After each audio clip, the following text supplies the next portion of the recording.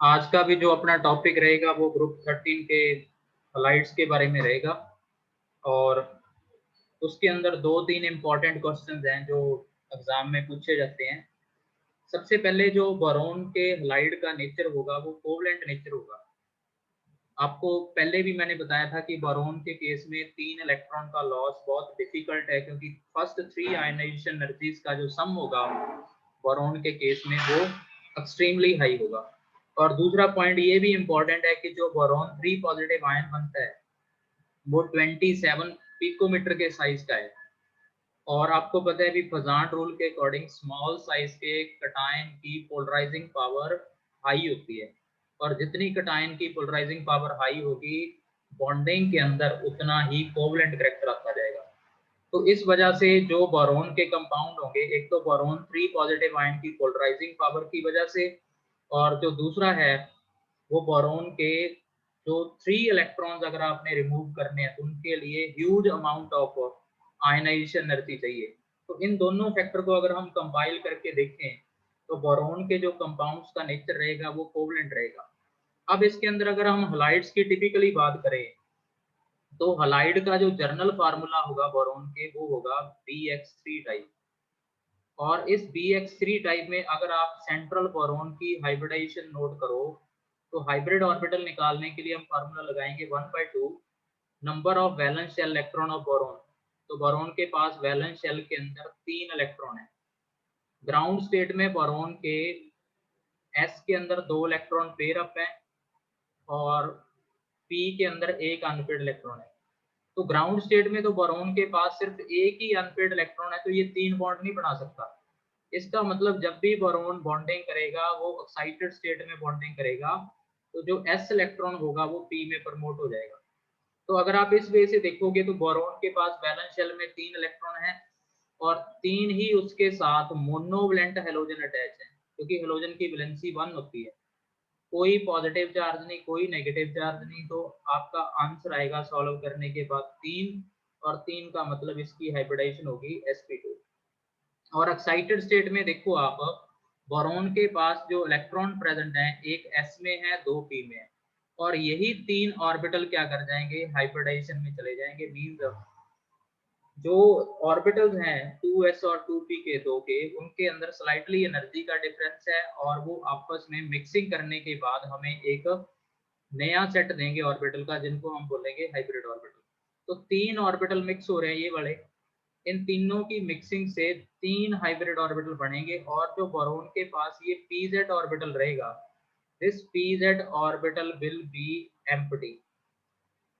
तो अगर हम इन हैलाइड्स के स्ट्रक्चर के बारे में देखें सबसे पहले तो इनका स्ट्रक्चर आप नोट करोगे अगर sp2 है तो वो स्ट्रक्चर क्या होगा, प्लेनर होगा,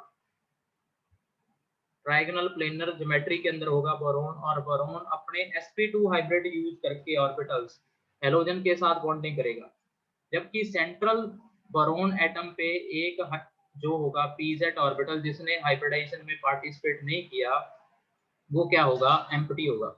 तो अगर हम इसके बारे में अब बोरोन की सिचुएशन देखें जो सेंट्रल बोरोन है बोरोन हलाइड के अंदर, सबसे पहली बात तो ये है कि वो 3 बॉन्ड बना रहा है और 3 बॉन्ड बनाने के लिए वो अपने sp2 हाइब्रिड ऑर्बिटल को यूज कर रहा है। तो बोरोन के अराउंड सबसे पहले तो 3 sp2 हाइब्रिड ऑर्बिटल हैं और मैं हाइब्रिड ऑर्बिटल के सिर्फ लार्जर लोब शो कर रहा हूँ, इनमें इलेक्ट्रॉन डेंसिटी ज्यादा होती है, स्मॉलर लोब में शो नहीं कर रहा। तो ये बोरोन के अराउंड 3 sp2 हाइब्रिड ऑर्बिटल्स हैं और इसके अलावा बोरोन के पास एक एम्प्टी pz ऑर्बिटल है। यो इन तीनों ऑर्बिटल के क्या होगा, परपेंडिकुलर डायरेक्शन में होगा, 90 डिग्री पे होगा। तो ये बोरोन के पास एम्प्टी 2pz ऑर्बिटल आ गया।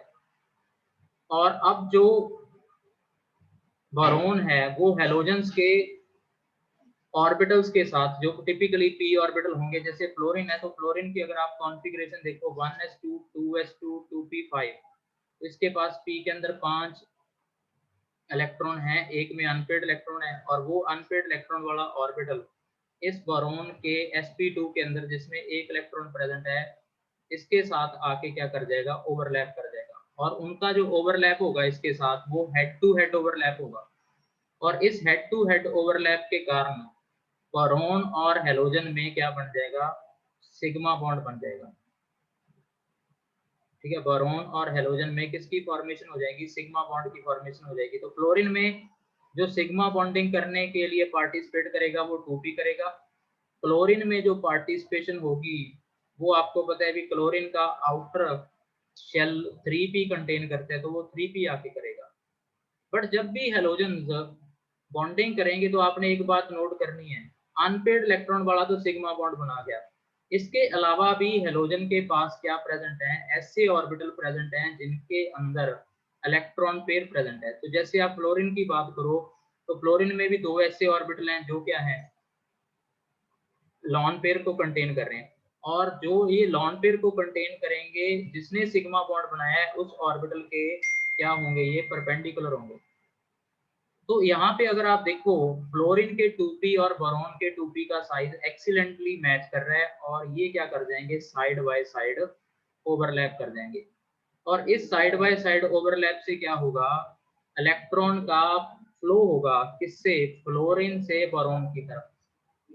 तो सबसे पहले आप नोट करोगे भी बोरॉन और फ्लोरीन ने बनाया था sigma bond by the head to head overlap, head to head overlap से। बट बाद में आप देखोगे कि जो फ्लोरीन है उसने अपने लॉन पेयर को यूज करके बोरॉन के एम्प्टी 2pz के साथ साइड बाय साइड ओवरलैप किया, और इस साइड बाय साइड ओवरलैप में फ्लोरीन ने अपने इलेक्ट्रॉन को बोरॉन को डोनेट किया है। तो बोरॉन यहाँ पे डोनर है और सॉरी फ्लोरीन यहाँ पे डोनर है और बोरॉन क्या है, एक्सेप्टर है। तो डोनर और एक्सेप्टर में जो बॉन्डिंग होती है उसको हम बोलते हैं डेटिव बॉन्ड, यानी कि कोऑर्डिनेट टाइप बॉन्ड। तो इसकी वजह से बोरॉन और फ्लोरीन में जो दूसरा बॉन्ड बनेगा वो कौन सा बनेगा, पाई बॉन्ड बनेगा। और इस टाइप की बॉन्डिंग जिसमें आपका जो इलेक्ट्रोनेगेटिव फ्लोरीन है वो बोरॉन को बैक इलेक्ट्रॉन डोनेट कर रहा है, इसको हम बोलते हैं बैक बॉन्डिंग। और बैक बॉन्डिंग किसके थ्रू हो रही है, पाई बॉन्ड फॉर्मेशन के थ्रू हो रही है। और इसमें कौन सी ओवरलैप हो रहा है, पी पाई ओवरलैप हो रहा है, क्योंकि हेलोजन के p ऑर्बिटल बोरॉन के 2p ऑर्बिटल के साथ ओवरलैप करेंगे। तो सबसे पहले आपने ये चीज नोट करनी है कि बोरॉन के केस में अगर हम देखें तो नॉर्मली क्या था, sp2 हाइब्रिडाइज बोरॉन था, उसके साथ हेलोजन आके कंबाइन कर रहे थे। तो अगर हम बोरॉन का वैलेंस शेल देखें तो इसमें 3 बॉन्ड बनने के बाद आउटर शेल में सिर्फ इलेक्ट्रॉन का काउंट कितना होगा, 6 होगा। और हमें पता है भी ऑक्टेट कंप्लीट करने के लिए 8 इलेक्ट्रॉन की जरूरत है। तो जो बोरॉन का ऑक्टेट है इस केस में वो इनकम्प्लीट है। और जिन स्पीसीज का ऑक्टेट इनकम्प्लीट हो उनके अंदर इलेक्ट्रॉन को एक्सेप्ट करने की टेंडेंसी रहेगी, और जो इलेक्ट्रॉन एक्सेप्टर होते हैं उनको हम बोलते हैं लुईस एसिड। तो सबसे बेसिक पॉइंट यहाँ पे आपने ये नोट करना है कि बोरॉन के जो हलाइड्स हैं उनके अंदर सेंट्रल बोरॉन का ऑक्टेट क्या है, इनकम्प्लीट है। इस वजह से हम इन्हें बोलेंगे इलेक्ट्रॉन डेफिशिएंट कंपाउंड, और ये क्या बिहेव करेंगे, as a Lewis acid behave करेंगे, क्योंकि इनके पास इलेक्ट्रॉन की डेफिशिएंसी है। और अगर आप इनकी शेप की बात करो तो बोरॉन sp2 हाइब्रिडाइज होने की वजह से प्लेनर ज्योमेट्री के अंदर होगा, और इसमें जो बॉन्ड एंगल होंगे वो 120 के होंगे। बट अगर आप इनकी इलेक्ट्रॉन डेफिशिएंसी का नेचर देखो तो जो हम इलेक्ट्रॉन एक्टिविटी के बेस पे प्रेडिक्ट करते थे कि फ्लोरीन सबसे ज्यादा इलेक्ट्रोनेगेटिव है, तो जो Bf3 होगा boron trifluoride, that should be most acidic among the boron trifluoride. But ऐसा नहीं है, एसिडिक स्ट्रेंथ में जो आपको ऑर्डर मिल रहा है वो ऑर्डर अनएक्सपेक्टेड मिल रहा है। यहाँ पे जो स्ट्रेंथ है वो आप हेलोजन की इलेक्ट्रॉन एक्टिविटी के बेस पे एक्सप्लेन नहीं करोगे, आप एक्सप्लेन करोगे basis on the tendency of halogen to back donate the electron to the boron atom. ये सबसे इंपॉर्टेंट पॉइंट है।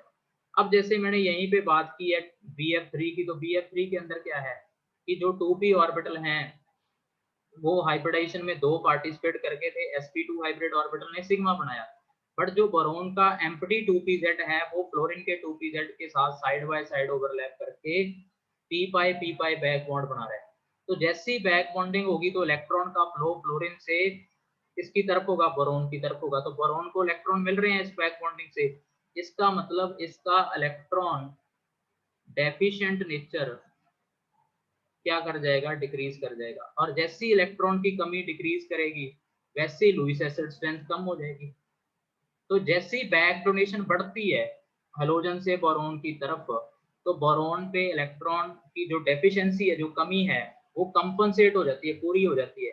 तो उस वजह से लुईस एसिड क्या कर जाता है, डिक्रीज कर जाता है। अगर हम इसको थोड़ा और एलेबोरेट करें, तो अगर आप BF3 का केस देखोगे तो इसमें मैंने अभी आपको स्ट्रक्चर एक्सप्लेन किया था कि जो सेंट्रल बोरॉन एटम है वो sp2 हाइब्रिडाइज है। तो 3 वो फ्लोरीन के साथ सिग्मा बॉन्ड बना रहा है। अब सिग्मा के अलावा क्या होगा, जो फ्लोरीन है अपने फिल्ड 2p ऑर्बिटल को यूज करके बोरॉन के एम्प्टी 2p के साथ साइड बाय साइड ओवरलैप करेगा, जिसमें फ्लोरीन डोनर होगा और बोरॉन एक्सेप्टर होगा। तो यहाँ पे p बॉन्डिंग होगी, जिसको हम बोलेंगे बैक बॉन्डिंग। तो ये तीनों ही फ्लोरीन ऐसा कर सकते हैं, इसीलिए बोरॉन और फ्लोरीन के तीनों बॉन्ड में क्या होगा, पार्शियल डबल बॉन्ड कैरेक्टर होगा। और अगर आप नोट करो हेलोजेंस के केस में, बाकी हेलोजेंस के केस में, तो BF3 के बाद अगर हम BCl3 की बात करें, तो BCl3 में भी बोरॉन sp2 हाइब्रिडाइज होगा और इसके पास एक एम्प्टी 2pz होगा। बट जो उसमें बॉन्डिंग करने आएगा BCl3 में बोरॉन के साथ, वो आएगा क्लोरीन।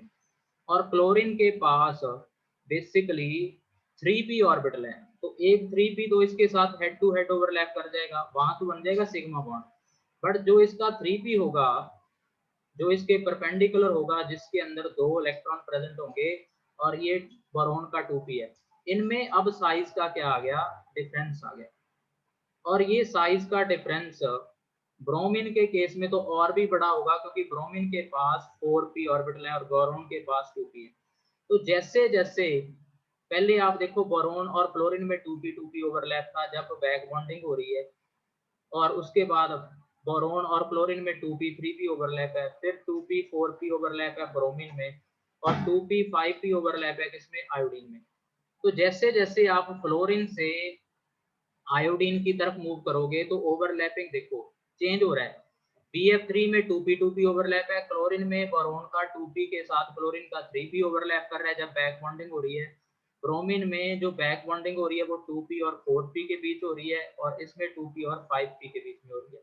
तो जैसे जैसे इस तरफ आप मूव करोगे साइज डिफरेंस बढ़ता जाएगा, साइज का डिफरेंस बढ़ेगा तो बैक बॉन्डिंग कम होगी, और जैसी बैक बॉन्डिंग कम होगी तो बोरॉन को इलेक्ट्रॉन कम डोनेट होंगे, और कम डोनेट होंगे तो लुईस एसिड स्ट्रेंथ बढ़ती जाएगी। तो क्या इम्पैक्ट होता है, जैसे जैसे हेलोजन का साइज बढ़ता है फ्लोरीन से आयोडीन की तरफ, तो आपने एक इंपॉर्टेंट पॉइंट नोट करना है, बैक बॉन्डिंग का एक्सटेंट कम होता जाएगा। और बैक बॉन्डिंग ने क्या करना था, बैक फ्लो करना था इलेक्ट्रॉन का बोरॉन की तरफ। और जब बैक फ्लो होता है इलेक्ट्रॉन का, तो बोरॉन की जो इलेक्ट्रॉन डेफिशिएंसी है वो कम हो जाती है। तो फ्लोरीन के केस में सबसे ज्यादा बैक फ्लो होने की वजह से बोरॉन की जो इलेक्ट्रॉन डेफिशिएंसी होगी सबसे कम होगी, और आयोडीन के केस में बैक फ्लो नहीं हो रहा इलेक्ट्रॉन का, तो उस केस में इलेक्ट्रॉन डेफिशिएंसी सबसे ज्यादा होगी। तो इस बेस पे सबसे कम स्ट्रेंथ वाला लुईस एसिड तो होगा BF3, उससे ज्यादा स्ट्रेंथ वाला होगा BCl3, उससे भी ज्यादा लुईस एसिड स्ट्रेंथ BBr3 की, और सबसे ज्यादा Bi3 की। तो जैसे जैसे हेलोजन का साइज बढ़ रहा है, बैक बॉन्डिंग कम हो रही है, इलेक्ट्रॉन डेफिशिएंसी इंक्रीज हो रही है, और लुईस एसिड स्ट्रेंथ इंक्रीज हो रही है। तो ये बहुत इंपॉर्टेंट क्वेश्चन है कि बैक बॉन्डिंग के बेस पे हम बोरॉन हलाइड्स के बेसिकली लुईस एसिड स्ट्रेंथ को क्या करेंगे, एक्सप्लेन करेंगे। तो बैक डोनेशन की जो टेंडेंसी है वो फ्लोरीन के केस में मैक्सिमम है।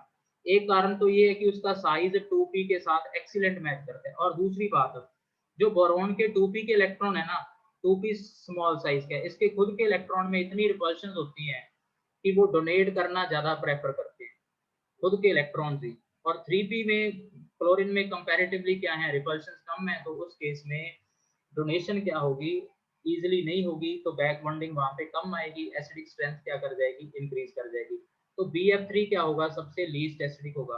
और जैसे जैसे आप हायर हेलोजेंस की तरफ मूव करोगे जिनका साइज बड़ा है, तो साइज बढ़ते ही बैक बॉन्डिंग क्या कर जाएगी, डिक्रीज कर जाएगी। जैसे ही बैक बॉन्डिंग डिक्रीज करेगी एसिडिक कैरेक्टर क्या करेगा, इंक्रीज करेगा। तो ये बहुत इंपॉर्टेंट क्वेश्चन है कि बोरॉन के हलाइड्स का लुईस एसिड स्ट्रेंथ एक्सप्लेन करो।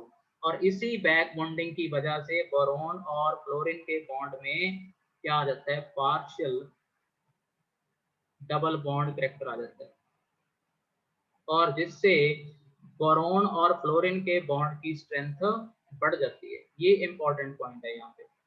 इसके बाद जो नेक्स्ट हमारे पास पॉइंट है